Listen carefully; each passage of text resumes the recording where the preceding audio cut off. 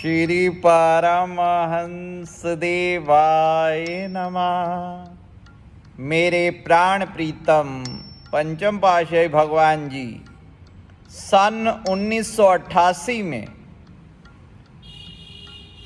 विदेश यात्रा से पूर्व श्री प्रयाग धाम में पधारे तो श्री अनंतपुर से 70-80 गुरुमुख यहाँ पर साथ में आए। उनमें से 10-12 गुरुमुखों ने सदैव यही सुना था कि विदेश यात्रा के लिए प्रस्थान करते हुए तथा शुभ आगमन के समय श्री प्रयाग धाम में दिव्य श्री दर्शन की विशेष झलकियां मंत्र मुग्ध करती हैं। इसलिए वे भी श्री अनंतपुर से श्री प्रयाग धाम आए हुए थे। विदेश यात्रा के प्रस्थान के समय उन्होंने महाप्रभु जी की स्नेह भरी कृपा दृष्टि पाई। वचन हुए कि हम शीघ्र ही वापस लौट आएंगे। अब तो गुरुमुख प्रेमी उस समय की प्रतीक्षा कर रहे थे। श्री प्रयाग धाम में इस बार निराली रचना, निराला रूप दर्शा रही बाई भक्ति पूर्णानंद जी तथा बाई भक्ति दयानंद जी दोनों मिलकर यही कहती कि हमारे महाप्रभु जी विदेश में प्रेमियों को सरसा रहे हैं और हमें तरसा रहे हैं। हम भी तब जाने कि जैसे शीघ्र आने का वायदा करके गए हैं, शीघ्र आकर यहाँ पर दर्शन दें। एक एक पल वे पुरातन लीलाएं सुनाती, प्रेम में विभोर होकर स्वयं भी आंसू बहाती और सबको रुलाती। ये आंसू प्रभु की लीलाओं के प्रेम में ये जो प्रेम आंसू झरते, ये दिव्य आनंद से हृदय को आनंदित भी करते। आखिर ये शुभ समाचार वायु तरंगों के साथ भारत में पहुंच गया कि महाप्रभु जी बंबई वापस कृपा करेंगे। बंबई से जैसे ही हर बार सर्वप्रथम श्री प्रयाग धाम में शुभ आगमन होता था, यहाँ पर बाहर से भी महात्मा जन, बाइयाँ, संगतें इतनी आती जैसे कोई बड़ा पर्व मनाया जा रहा हो। यहाँ पर संगतें काफ़ी संख्या में एकत्रित हो गई। प्रसन्नता का साम्राज्य छा गया। श्री परमहंस अद्वैत मंदिर, प्रयाग सत्संग भवन, पावन सत्संग भवन, मार्गों को भी इस प्रकार रिमझिम करती हुई लाइटों से सजाया गया जैसे ऐसे लगता कि जैसे प्रयाग धाम की धरा आसमान में स्थित हो गई हो। अंबर चंदोआ बनकर टिमटिमाते सितारों से जन निरखा ऐसी प्रसन्नता आकाश से बिखेर रहा हो जैसे दीपावली का पर्व आ रहा हो। प्रतीक्षा, परीक्षा और तितिक्षा, महाप्रभु जी ने ये कैसा खेल रचाया है। बंबई में पहुंचकर उदयपुर जाने का कार्यक्रम बनाया है। क्या अभी वियोग की घड़ियां समाप्त होने में कमी रह गई थी? इन ख्यालों में डूबकर श्री बाइयाँ श्री प्रयाग धाम में आपस में चर्चा करती। उधर विदेश से आए हुए यात्री भी श्री प्रयाग धाम पहुंच चुके थे। सबको 2 घंटा गेहूं साफ करने की सेवा के लिए आदेश दिया गया। सब एकत्रित होकर सेवा कर रहे थे। एक सत्संगी बाई जी ने भजन आरंभ किया, दयालु मिले न तेरे नाल दा।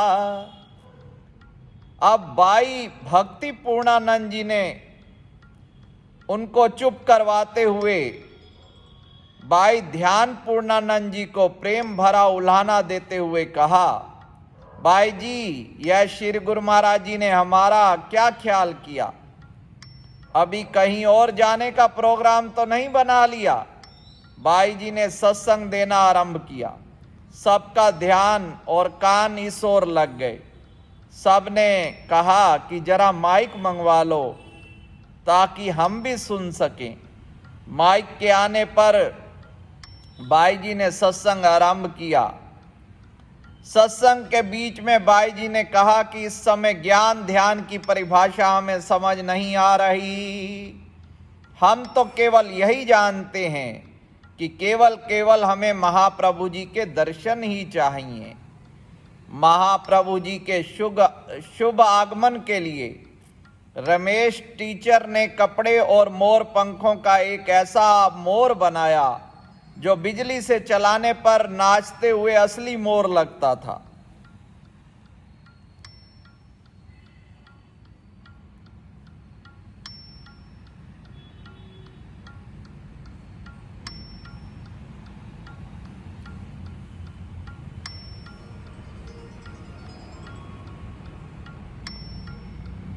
महाप्रभु जी के शुभ आगमन के लिए रमेश टीचर ने कपड़े और मोर पंखों का एक ऐसा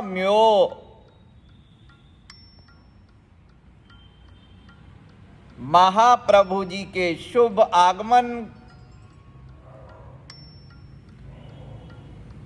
महाप्रभु जी के शुभ आगमन के लिए रमेश टीचर ने कपड़े और मोर पंखों का ऐसा मोर बनाया जो बिजली से चलने पर नाचते हुए असली मोर लगता था। बाइयों के परामर्श से 7 मंजिला केक भी तैयार करवाया गया। श्री प्रयाग धाम के नभ मंडल पर प्रभु आगमन की दुदुम्बी बज उठी। बहारों ने सुस्वागतम के लिए बाहें पसारी। करुणा निधान अंतर्यामी भगवान सुसज्जित कार में विराजमान होकर श्री प्रयाग धाम में पधारे।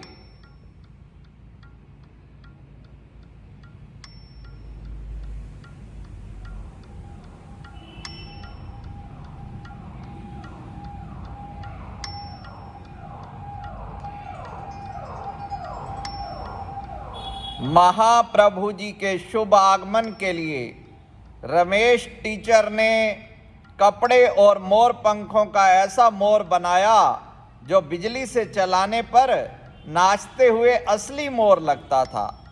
बाइयों के परामर्श से 7 मंजिला केक भी तैयार करवाया गया।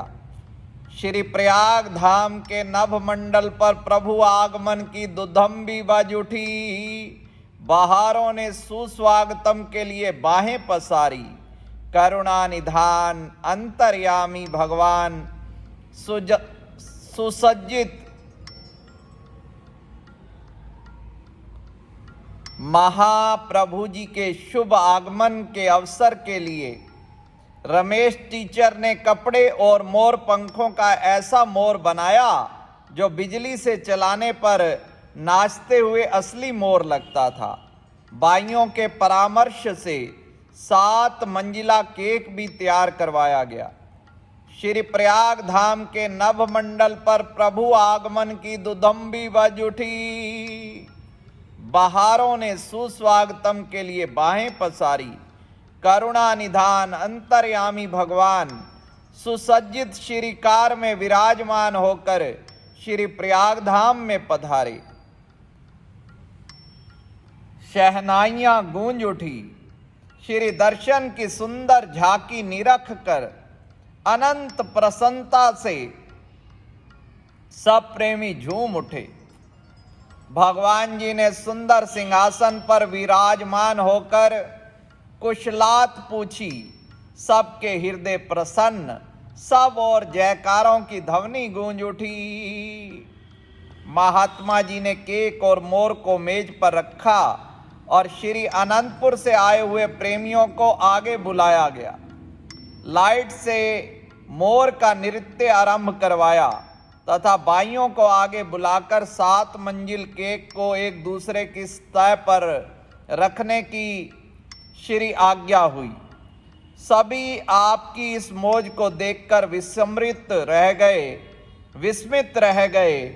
एक और तो उनके दिल में आश्चर्य हो रहा था कि किसके प्रेम में आप पहले उन्हें कृतार्थ कर रहे हैं। दूसरी ओर महाप्रभु जी की मुस्कुराहट, मयूर की सुरीली आवाज तथा नृत्य अनायास ही सबको आकर्षित कर प्रेम अमय का रसपान करा रहा था।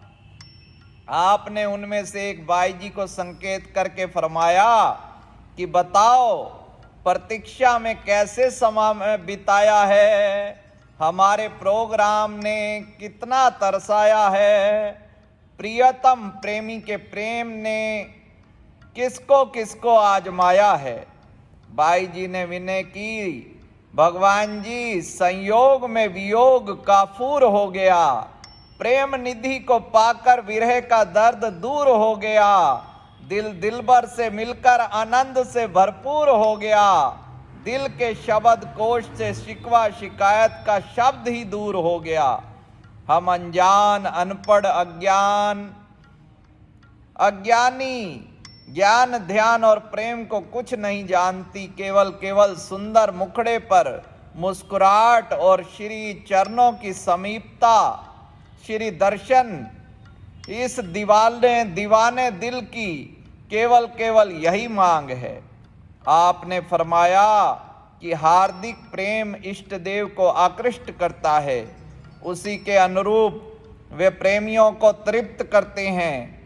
प्रेम समुद्र के मध्य में चारों ओर से तरंगें आती हैं, जिस ओर से तीव्र प्रवाह आता है हम उसी ओर खिंचे चले जाते हैं।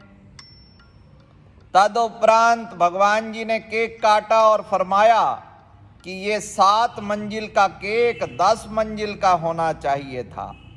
गुरु भक्ति पथ पर लगे हुए प्रेमी भजन ध्यान द्वारा 10वें द्वार तक पहुंचेंगे और विराट ज्योति के दर्शन कर हर समय भीतर बाहर परम आनंद की मस्ती में मस्त हो जाएंगे। भगवान जी यहाँ प्रेम ज्ञान योग सबका समन्वय कर रहे हैं। प्रेम को सर्वोपरि दिखाते हुए भी दूसरे भजन सुमिरन में भगवान जी जरूर ही प्रेरित करते हैं। एक बार अवतरण दिवस के अवसर पर श्री वचन हुए थे, वो भी सबको सुनाता हूं कि भगवान जी ने कहा, गुरुमुख हमको उपहार देना चाहते हैं, बोलो। तो सबने कहा जी स्वामी जी भगवान जी। तो भगवान जी फरमाया कि हमें उपहार देना है तो 1 घंटा नित्य सुमिरन ध्यान किया करो, यही हमारे लिए सर्वोत्तम उपहार होगा। श्री परमहंस शरणम गच्छामि।